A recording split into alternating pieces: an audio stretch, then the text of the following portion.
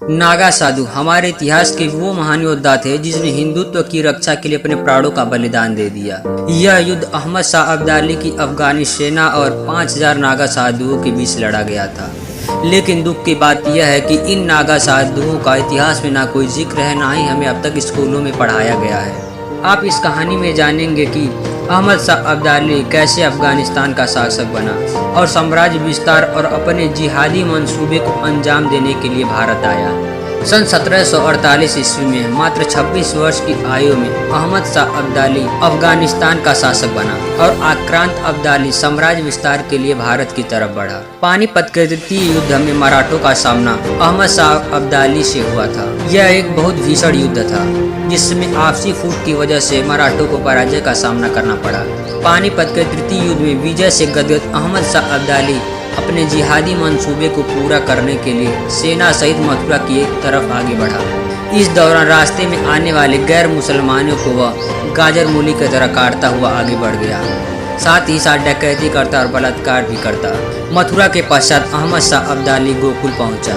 जब अहमद शाह अब्दाली गोकुल पहुंचा तो वहां पर उसका सामना नागा साधुओं से हुआ, जो हाथ में चिमटा लिए क्रूर अफगानी सेना के सामने खड़े थे। यह नज़ारा देखकर अहमद शाह अब्दाली ने उनका उपहास किया और साधुओं को बहुत हल्के में ले लिया। नागा साधु अहमद शाह अब्दाली की करतूतों को जानते थे, इसलिए अहमद शाह अब्दाली को सबक सिखाने के लिए सीना तान कर खड़े थे। कुछ क्षण बाद वहाँ पर माहौल शांत हो गया और शायद यह संदेश दे रहा था कि कोई बड़ा तूफान आने वाला है। तभी अचानक हर हर महादेव का जयकारा एक साथ बुलंद आवाज में गूंज उठा।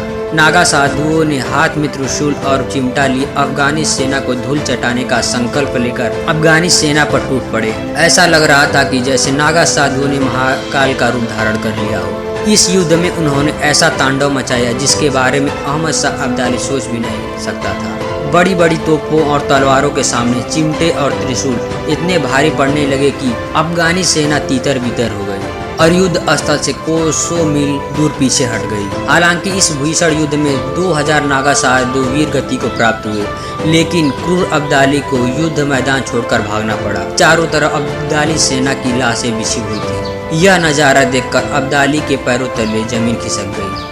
जैसे तैसे वो वहां से जान बचाकर भागा। नागा साधु का प्रकोप देखकर अहमद शाह अब्दाली इतना खौफ खा गया कि जहां जहां भी उसे नागा साधु नजर आते थे वह वहां से भाग निकलता, या फिर ऐसा कहें कि किसी विदेशी जिहाद या आक्रांत को यह पता चलता कि युद्ध में नागा साधु भाग ले रहे हैं तो वह लड़ने की बजाय मैदान छोड़कर भाग निकलते। इन 5000 नागा साधुओं ने अहमद शाह अब्दाली की विशाल सेना को धूल चटा दिया और इनकी नानी याद दिला दी। लेकिन दुख की बात तो ये है कि ऐसे महान योद्धा इतिहास के पन्नों से गायब हैं। अंततः हम आपसे यही कहेंगे कि ऐसे महान योद्धा जो इतिहास के पन्नों से गायब हैं, उनके विषय में हमें जानना चाहिए। इन नागा साधुओं ने हमारे भारतवर्ष को विदेशी आक्रांतों से रक्षा किया है और बिना डरे इन विदेशी आक्रांतों का सामना किया है। आप हमारी वीडियो को लाइक करें या ना करें, चैनल को सब्सक्राइब करें या ना करें, लेकिन इस वीडियो को शेयर जरूर करें ताकि हर एक नागरिक को पता चले इन नागा साधुओं के विषय में जो हमारे इतिहास के महान योद्धा रहे। और आपको हमारे वीडियो कैसा लगा